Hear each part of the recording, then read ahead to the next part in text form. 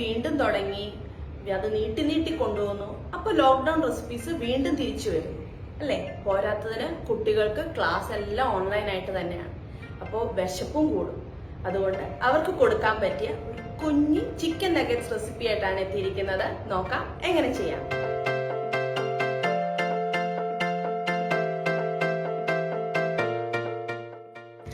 നഗറ്റ്സിന് ഞാനിവിടെ ഏകദേശം ഒരു 200-250 ഗ്രാം ചിക്കൻ ബോൺലെസ് ആക്കി എടുത്തിട്ടുണ്ട്.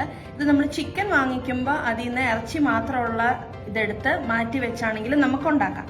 അപ്പം ഇത് മാരിനേറ്റ് ചെയ്യാൻ ഇതിലേക്ക് ഒരല്പം കുരുമുളക് പൊടി,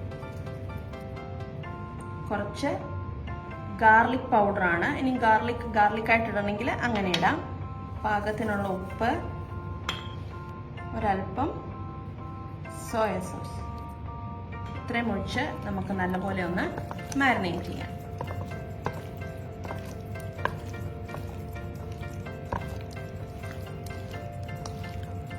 ഇതിപ്പോൾ മാരിനേറ്റ് ചെയ്ത് വെച്ചിട്ടുണ്ട്. ഇത് വേണമെങ്കിൽ ഒരു 10 മിനിറ്റ് വെക്കാം. ഇല്ലാന്നുണ്ടെങ്കിൽ നമുക്ക് അങ്ങനെ തന്നെ മിക്സിയുടെ ജാറിലിട്ട് നമുക്ക് നല്ലപോലെ ഒന്ന് മിക്സ് ചെയ്തെടുക്കാം. ഇത് നമ്മൾ അരച്ചെടുത്തിട്ടുണ്ട്. ഇനി ഇതിലേക്ക് ഒന്ന് ഹോൾഡ് ചെയ്യാൻ മാത്രം പാകത്തിന് ഒരു കുറച്ച് കോൺഫ്ലവർ കൂടിയിട്ട് നല്ലപോലെ നമുക്കൊന്ന് മിക്സ് ചെയ്ത് ഷേപ്പ് ആക്കി എടുക്കണം.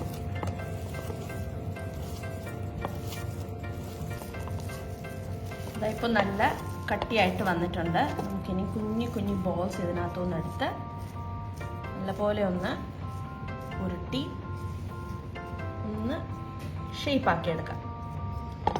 ചെറിയ ഷേപ്പ് ചെയ്യുന്ന മോൾഡ് പോലത്തേതുണ്ടെങ്കിൽ അങ്ങനെ ഷേപ്പ് ചെയ്യാം. കുട്ടികൾക്ക് ഇഷ്ടമുള്ള എന്തെങ്കിലും സ്റ്റാറോ അങ്ങനത്തെ നല്ല നല്ല ഷേപ്സ് ഉണ്ടെങ്കിൽ അങ്ങനെയും ചെയ്യാം. ഇതിപ്പോൾ സാധാ നഗറ്റ്സിന്റെ ഷേപ്പിലാണ് ഞാൻ ഇവിടെ ചെയ്തെടുക്കുന്നത്.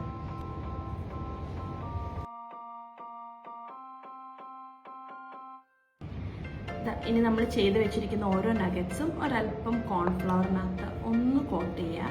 അതിൻ്റെ എന്തെങ്കിലും ഒരു ഈർപ്പമൊക്കെ ഉണ്ടെങ്കിൽ അതങ്ങ് പോകാൻ വേണ്ടിയിട്ടാണ്.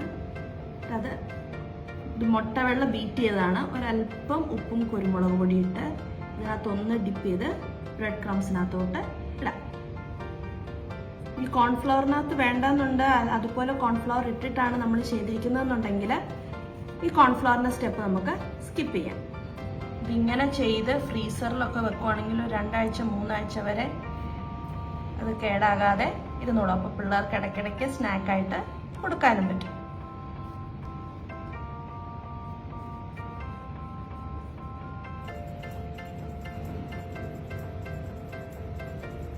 നഗറ്റ്സ് മുഴുവൻ നമ്മൾ ബ്രെഡിൽ കോട്ട് ചെയ്തെടുത്തിട്ടുണ്ട്. നമുക്കിതിന് ചൂടായ എണ്ണയിൽ വറുത്തെടുക്കാം.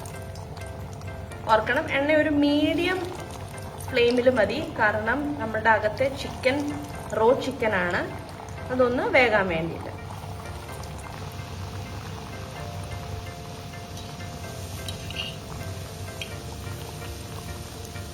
തിരിച്ചും മറിച്ചുവിട്ട് നല്ല പോലെ ഒന്ന് വേവിച്ചെടുക്കണം.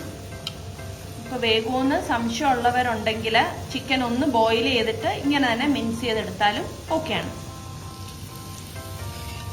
നല്ല ഗോൾഡൻ ബ്രൗൺ കളറിൽ നമ്മൾ വറുത്ത് കോരി എടുത്തിട്ടുണ്ട്.